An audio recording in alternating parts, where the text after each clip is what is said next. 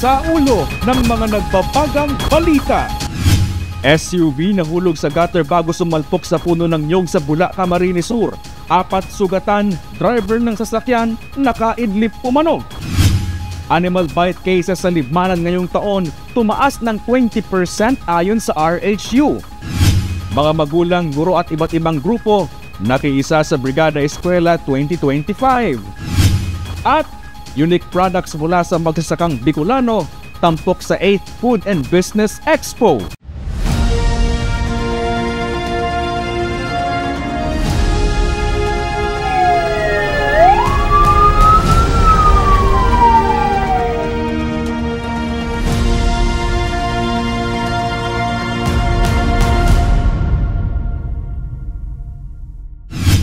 Magandang gabi.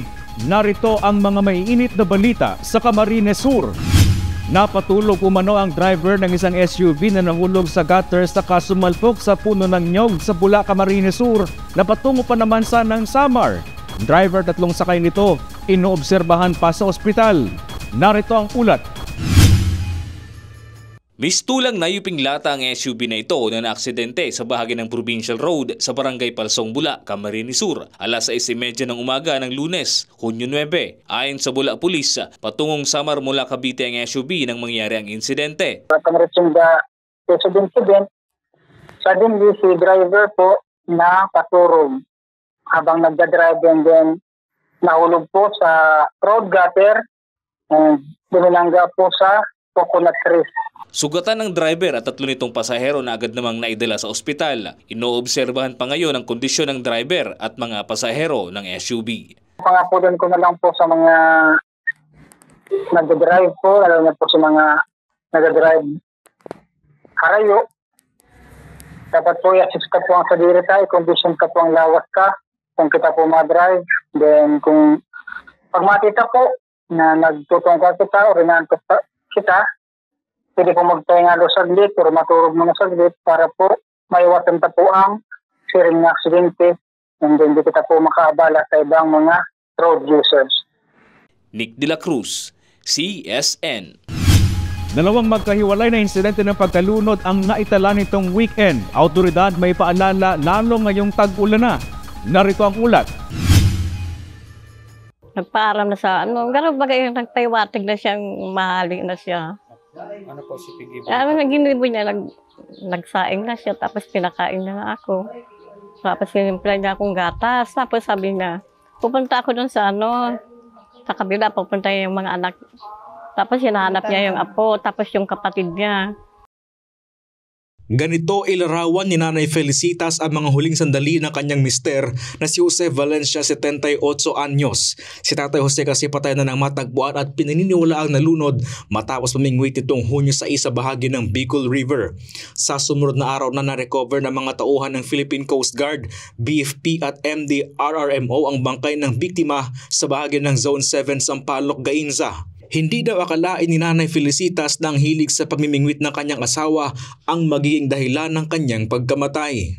Ano nga lang yan, libangan na lang yan. Libangan. Libangan na lang yan, pagmanggibo. Ayon sa MDRRMO Gainza, hinihinalang nadulas ang biktima mula sa lugar kung saan ito namimingwit. Bigdumanan may si itong lugar na sabing Pigbanwitan. May nahiling man talaga kaming itong garong naghuros. Ito bagang, risa mo man baga sa daga na ighurusan. Pero siguro sa pithinking me nga baka iyo duman nangyari. Kasi duwang lugar gaya naglipat duman sa sarong lugar. Tapos pakahali duman sa inot niya Pigbanwitan, naglipat duman sa Pakabalyukan Tulay. Agad nag-reanimate ang bangkay ng biktima dahil nakitaan na ito ng senyales ng early stage of decomposition. Sa Bula, Camarines Sur, pinaglalamay na rin sa kanilang tahanan sa Barangay Fabrica ang 14 anyos na binatilyong si Javier. Ang binatilyo naligo umano sa bahagi ng Pawili River sa barangay kausap nitong Sabado, June 7. Nahiling po nindang biktima na apotunto na lang po sa pangaran na Joya na ini po naglalangoy sa portion kang nasabing river, which is the Pawili River po. And dahil po sa makusog na current or agos kang tubig na tangay po siya sa aram na portion kang salog, kaya po na lumos si minor po. Gusto ko po sanang humingi ng konting tulong man lang. Kasi kapos na kapos din po kasi kami. Hirap na hirap po nga po sa kakaisip kung anong gagawin ko para mahatid namin sa ano niya. Dapat puntahan. Kasi biniglanan po niya kami. Sinabihan ko pa nga po yung paglabas niya, o baka kako, di ka bumalik agad. Hindi naman po siya sumagot. Reminder na lang po sa mga constituents, kung pwede po, kung di tao maglangoy, di na po magpersang, magbanwit. Gabos na precautions sa water, ang kaya po duman sa Sampaloc talaga. Bicol River ang harani. Lalong-lalo na po sa mga aki, ang mga parents po, bantayan ang sa indong mga aki and iwasan na po magpara sa salog.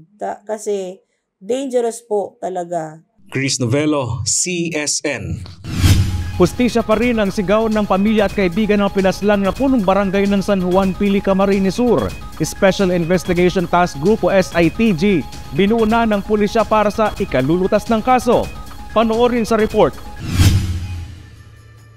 Patuloy ang pagluluksan ng buong barangay San Juan Pili, Camarines Sur sa pagkamatay ni punong barangay Nerio Brasal na nasawi matapos pagbabarilin patay nitong Huwebes, Hunyo 5. Ilang araw matapos ang kanyang pagkamatay, nagsapa rin ang mga nakikiramay. Mula ordinaryong mamamayan hanggang sa mga kilalang personalidad at opisyal ng lokal na pamahalaan. Isa sa mga bumisita sa burol ay si Pili Mayor-elect Marivic Solano. Ayon sa kanyang social media post, personal siyang nakikiramay sa naiwang pamilya ng kapitan at nagpahayag ng kanyang pakikidalamhati sa sinapit ng opisyal.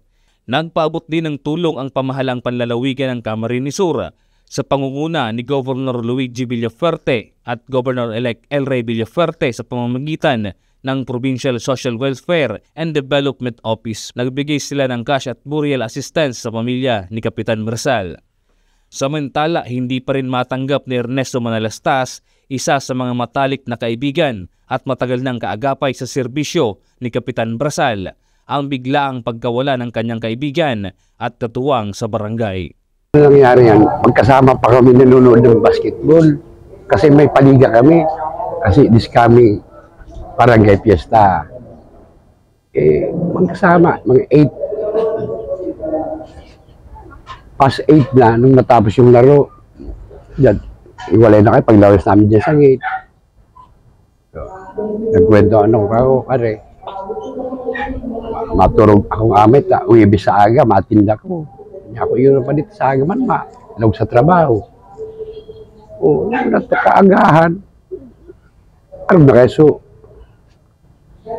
barita sa Huwebes na alas 5, maagang maray. Yun ang makulog. Hanggang una niya, hindi ko pa ipigiin ang lalagon. Ayon kay Manalastas, si Kapitan Brasal ay nagsilbi sa barangay ng mahigit 35 taon at nakatakda na sanang magretiro sa darating na barangay at SK elections kung saan si Ernesto na sana ang papalit sa kanyang pwesto. Ano kami? Magayon na. Alkalde mingon yan, ang gana na. Inaanak niya, mayor, na elected si Marivic Solano. Yung barangay namin, ito, San Juan to, yung munisipyo ng San Juan. Sa amin na, sana yung mga plano namin na gagawin. Wala na. Pero pagpapatuloy namin yan. Ngunit higit sa lahat, hustisya ang isinisigaw ni Manalastas at ng buong barangay. Hilig nila sa kapulisan ang mabilis na aksyon upang mapanagot ang mga nasa likod ng krimen. Sana makuha at magawa nila ng paraan sa kanilang mga kakayahan na mahuli kung sino man ang gumawa nito. Nananawagan talaga kami sa pamunuan ng Philippine National Police na sana mahuli nila ang gumawa ng ganitong karumaldumal na. Diyos ko po. Sinubukan ng CSN News na kumuha ng panig mula sa PNP, ngunit ayon sa mga otoridad under investigation pa rin ang kaso. Nakabuo na ng Special Investigation Task Force o SITG para tutukan ang insidente. Ngunit hanggang sa ngayon, wala pa ring natutukoy na malinaw ng motibo o suspect. Ayon sa pulisya, wala ring indikasyon ng death threats kaugnayan sa negosyo o politika na maaring pagugatan ng insidente. Dagdag pa ng mga residente, kilala si Kapitan Brasal bilang isang mabait, tapat at maayos mamuno sa kanyang barangay, dahilan kung bakit nananatiling palaisipan ang krimen. Sa kabila ng pangungulila at panghihinayang, patuloy ang panalangin ng mga taga San Juan na makamit ang katarungan at hustisya para kay Kapitan Nerio Brasal sa lalong madaling panahon. Nick De La Cruz, CSN. Naalarma ang Rural Health Unit ng Libmanan Camarines Sur sa pagtaas ng kaso ng animal bite sa bayan ngayong taon kung ikukumpara nitong 2024. Bakuna sa animal bite, sapat kaya? May ulat si Eli Balbin. 2 turok agad ng bakuna kontra rabies ang binigay sa 8 taong gulang na anak ni Michelle. Kwento ni Michelle, Sabado nang makagat ng kanilang alagang aso ang kanyang anak. Paluwas po siya ni Harong, tapos si Ataman ni Mampong Ido, nagsabat sa iya, tapos siyempre po amo, gusto siya. Tapos po si Ido man, katong tugang niya man lang ani ang may sadiri katong Ido. Sa kataaranggot sinda sa lambang saro. Di, pag ano po ata, pag birikan si Ido, siya sinaano kasi na corner na po siya. Almot at kagat naman ang natamo ni Hazel San Andres habang gugupitan niya sana ng kuko ang alagang pusa ng kanilang kapitbahay. Pumunta po sa bahay namin yung pusa po ng kapitbahay namin. Tapos yung kapitbahay po kasi namin, sinabihan po ako na ano po, ikat ko daw po yung nails nung pusa. Tapos siyempre po, ginawa ko naman po kasi ginagawa ko naman po yun sa pusa kong alaga ko po talaga. Tapos nung tinry ko po na ikat po yung yung kuko nung nung pusa, kinagat niya po ako tapos kinalmot sabay po. Si Arnold napasugod din sa RHU1 ng makagat ng asong American Bully. Kwento niya, kukuha lang sana siya ng galon sa kanyang customer nang makalimutang maisara ang gate dahilan upang makagat siya ng aso. Pipick up ako ng galon. And then, si tugang kami sa diri nasa luwas po, bigla siya naglaog. So, di niya naisara tolo si pinto, bigla po nagluwas si Ido. So, yun na po ito nakagat na po ako. Sa panayam ng CSN kay Municipal Health Officer Dr. Eddie Palima, nasa 20% ang itinaas ng kaso ng animal bite kumpara noong nakaraang taon. Mas marami nakagat tayo ngayon 2025. Dumadag sa mga kliyente natin dito sa ating facility para mag-benefit ng free na vaccination natin. Parang nag-increase tayo na mahigit 20%. So, increase tayo, nag-increase din yung ating mga clients na kinikater in a day. Siguro, gawa ito ng mga lumalabas sa social media na mga pinalalabas na namamatay dahil sa hindi sila nabakunahan ng anti-rabies. Nakakabahala umano ang pagtaas ng animal bite dahil mas madami ang nakakagat na mga stray cat. Nakakabahala kasi hindi dog ang mas marami ngayon. Maraming yung nakagat dito sa atin na mga stray animals, yung cat ang maraming kaso tayo ngayon. Maliban dito, nagkukulang din umano ang animal bite vaccine mula sa Department of Health. Wala pa naman umanong naitatala na binawian ng buhay dahil sa rabies dulot ng kagat ng aso at pusa. Ngunit may naitala na sila sa isang barangay na nagpositibo dahil sa rabies. So far, wala pa tayong kaso na namatay dito pero meron tayong positive na na-identify na isang aso sa isang barangay ay positive na identified na positive for the rabies siya. So nag-conduct na din naman kami ng tinatawag na post evaluation doon sa barangay na concern. Nag-investigate kami doon. Majority naman nabigyan na namin ng post-exposure prophylaxis. Tuwing tag-init, naoobserbahan ang pagdami ng bilang ng animal bite consultation, pero bakit nga ba? Kung ang mga tao ay irritable na sa labis na init ng panahon, malamang ganyan din sa mga hayop. Kaya paalala ni Municipal Health Officer Eddie Palima, alagaan ang mga aso, paliguan at pakainin at pabakunahan. Yung aso, kusang pinatay yun kasi nag-manifest siya na meron siyang rabies, and then examine yung ulo ng aso, yung brain. So positive sa Negri bodies. Yung mga nakagat ng aso ay so far sa ngayon, nakasurvive naman sila with the initiation of the anti-rabies. Pinaalalahanan rin ng mga otoridad ang mga nag-aalagang hayop na maging responsable sa kanilang mga alaga. Eli Balbin, CSN. Saktong isang linggo bago ang pasukan, muling inilunsad ng Department of Education o DepEd ang Brigada Eskwela. Mga magulang, autoridad at iba't ibang grupo nagtulong-tulong sa paglilinis ng mga paaralan. Narito ang ulat ni Regine Bue.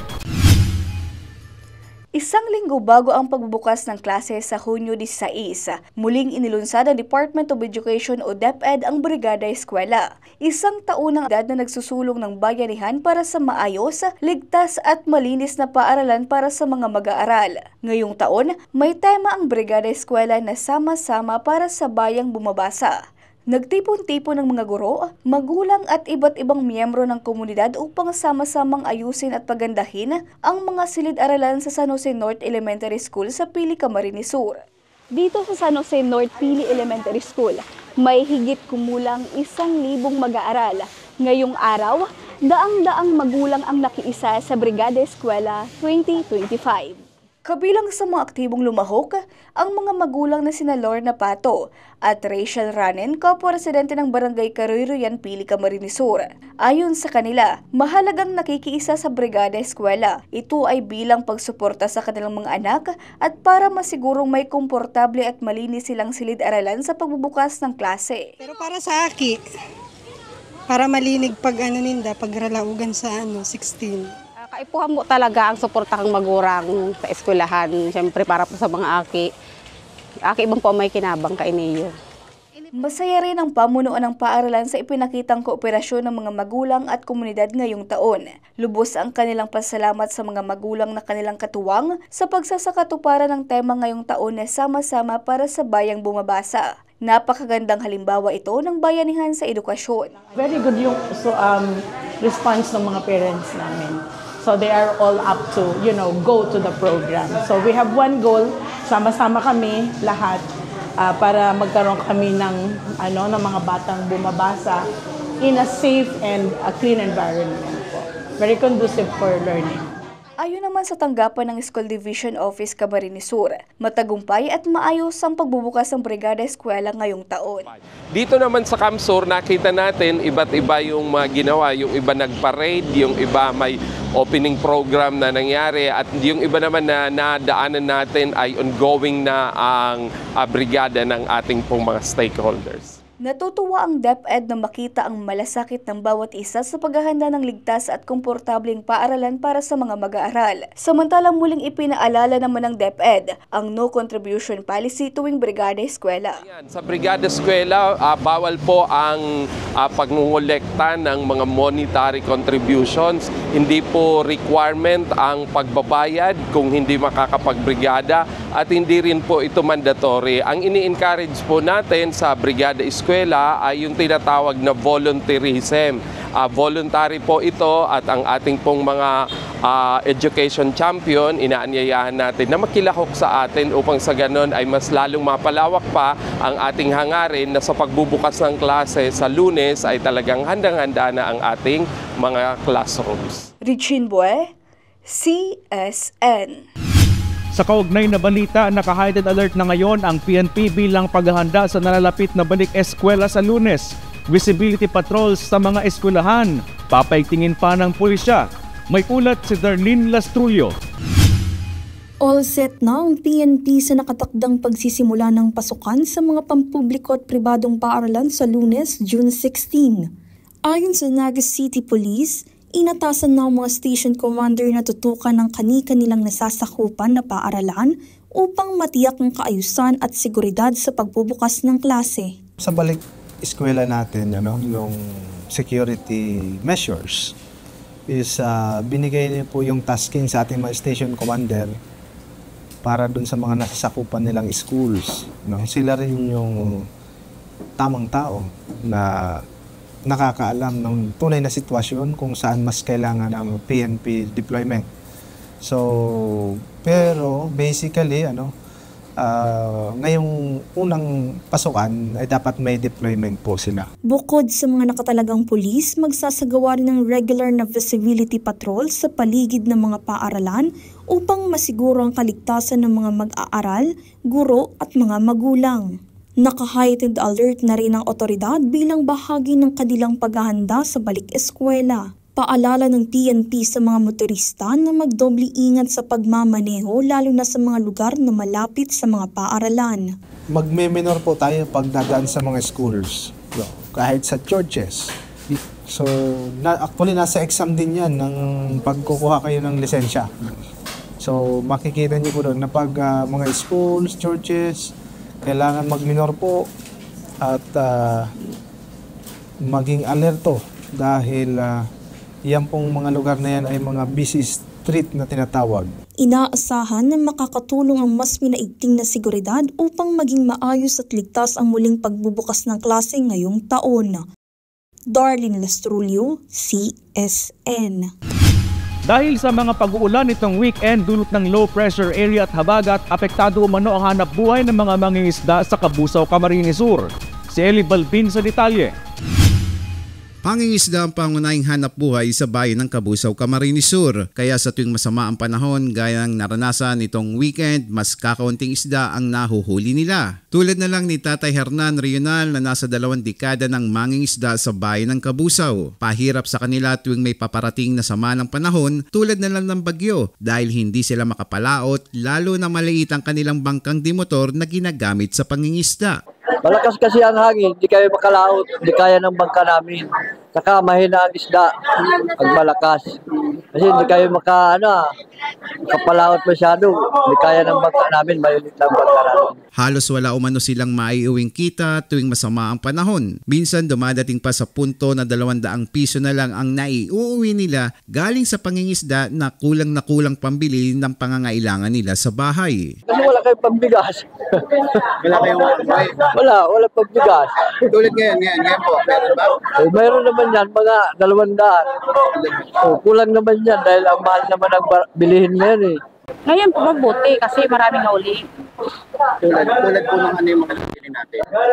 Yan nga sir, aniit, saka hipon, aning tanggigi, abo, kasag, bulinaw, pagod po, yun. Tulad ni Nanay Letma, apektado din sila tuwing masama ang panahon dahil halos walang huli ang mga mangingisda at wala silang mailako sa kanilang barangay. Siyempre po, makusok ang dagat, mayong takop. Tapos po, yung mauran, di ka makatinda. Yun. Kaugnay nito, paalala ng mga otoridad sa mga mangingisda kung malakas ang hangin at alon na maaaring magdulot ng pinsala sa kanilang mga sakayang pandagat at kanilang sarili ay huwag nang piliting magpalaot kung masama ang panahon upang maiwasan ang anumang aksidente. Eli Balbin, CSN. Negatibo sa cyanide ang samples mula sa mga isdang apektado ng fish kill sa Calabanga at Tinambak, Camarines Sur. Bureau of Fisheries and Aquatic Resources o BFAR, patuloy na monitor ang sitwasyon sa lugar. Narito ang ulat ni Regine Bueng. Mayo 23 hanggang Mayo 24 nang maiulat ang libu-libong isda na namatay at inanod sa karagatang sakop ng Calabanga at Tinambak, Camarines Sur. Ilang linggo matapos ang insidente ng fish kill, kinumpirma ng Bureau of Fisheries and Aquatic Resources o BFAR Bicol na negatibo sa cyanide ang kadagatan ng Calabanga at Tinambak. Good news umano ito sa mga mangingisda at sa komunidad ng Calabanga dahil base sa pagsusuri, walang nakitang presensya ng cyanide sa samples mula sa isdang namatay. Para sa tuyang mga kababayan, with the recent result of the laboratory examination or assessment na kinonduct sa National Fisheries Laboratory, gusto mi pong i-asigurar ang publiko na safe ang gabos na mga sira and gabos na mga yamang tubig dagat na makukuha dyan sa may parte ng Calabanga as in Tinambak. Dai po kamo mag-worry dahil ini na po so hinahalata na talagang negatibo, free from the nakalalason na chemical itong area na ito. So pwede pong magbakal, pwede pong magkonsumo, pwede pong padagos sa tuyang fishing activities dyan sa areas. Dagdag pa ni Briones, patuloy ang monitoring ng VFAR sa kalidad ng tubig at kalagayan ng yamang dagat sa nasabing lugar. Ang resulta ay patunay na walang kinalaman ng ilegal na pamamaraan sa pangingisda sa naganap na fish kill, kundi malamang nadulot ito ng natural na sanhi tulad ng pagbaba ng dissolved oxygen na pwedeng dahil sa sobrang init na naranasan nitong nagdaang buwan. Bagamat bumubuti na ang katubigan sa Calabanga, pero patuloy pa rin ang pag-monitor sa lugar hanggang sa maging normal na ang kondisyon ng dagat. Sa ngayon, patuloy pa rin yung pag-monitor ng aming team doon sa area. No? In fact, nandoon ngayon yung fisheries laboratory team to conduct follow-up monitoring doon sa water quality. Kasi nag-conduct kami ng magkakasunod na mga water quality assessment doon sa area, and para mai-add ko lang, no, bumubuti na yung kalagayan ng dissolved oxygen. Dahil tumaas na yung dissolved oxygen doon sa area, ano bang ibig sabihin nito? Ibig sabihin, bumubuti na yung kalagayan ng tubig doon sa lugar na yon. And ngayon, they are conducting the same water quality assessment, and tingnan natin kung mas bumuti pa ba yung kalagayan ng tubig doon sa area na yon. Regine Boy, CSN. Epektibo na simula ngayong Hunyo ang 12% value-added tax o VAT sa mga digital platform. Ilang gumagamit nito nag-unsubscribe na dahil sa dagdag pasanin sa bayarin. May ulat si Darlene Lasturio. Mas pinapasan na ngayon ng mga digital platform users ang epekto ng bagong buwis matapos ipatupad na simula ngayong Hunyo ang 12% value-added tax sa mga serbisyo gaya ng Spotify, Netflix, YouTube Premium at iba pa. Isa sa mga apektado ay si Van Santos, isang estudyante at digital platform user na nagdesisyong i-unsubscribe sa kanyang subscription sa isang music streaming platform dahil sa dagdag na bayarin dulot ng VAT. Ayon kay Santos, dating malaking tulong para sa kanyang subscription niya sa music streaming platform dahil sa mas mababang presyo kumpara sa regular na subscription. Ngunit nang ipatupad ang karagdagang 12% VAT, naramdaman niya agad ang epekto sa kanyang budget dahilan para i-unlink ang online wallet account at ihinto ang serbisyo. 3 months pa akong naka-premium. And then, suddenly, noong June, nabigla po ako kasi yung yung Gcash ko po, like, nabawasan. Tapos, na-realize ko po doon na, yung Spotify ko po is automatic po palang nagbabawas po sa since, di ba po, kapag naka-premium ka, tapos nakalink po doon ng mga online payroll. So, doon po, nabigla pa ako, and then, sabi ko po na, kasi medyo mataas na rin po kasi yung price po. So, kumbaga, tinanggal ko na rin po yung premium. Dahil estudyante, inamin ni Santos na mas naging limitado ang kanyang kakayahang pinansyal, lalo na sa harap ng patuloy na pagtaas ng presyo ng mga pangunahing pangangailangan at bayarin sa paaralan. Unfortunately po, parang since as a student po, parang medyo naging tight din po yung budget. Then kumbaga, medyo naging mahirap para sa akin since may mga needs din po tayo. So, kumbaga, ilalaan natin po yun for tayo magkagahan po. Dagdag pa ni Santos, may mga positibo at negatibong dulot ang ganitong patakaran. Habang kinikilala niyang mahalaga ang buwis para sa ekonomiya ng bansa, nararamdaman pa rin ang bigat nito ng mga ordinaryong mamamayan, lalo na ng kabataang umaasa sa digital platforms para sa pag-aaral at aliwan. I think po, mas more on negative po ako since, po kasi, right now po, since ngayon po is inflation po, diba? Tapos kumbaga, may mga din po, may mga things lang po is kumbaga, still po, na rin po nila, like, nabe-benefit na rin po sila kahit pa.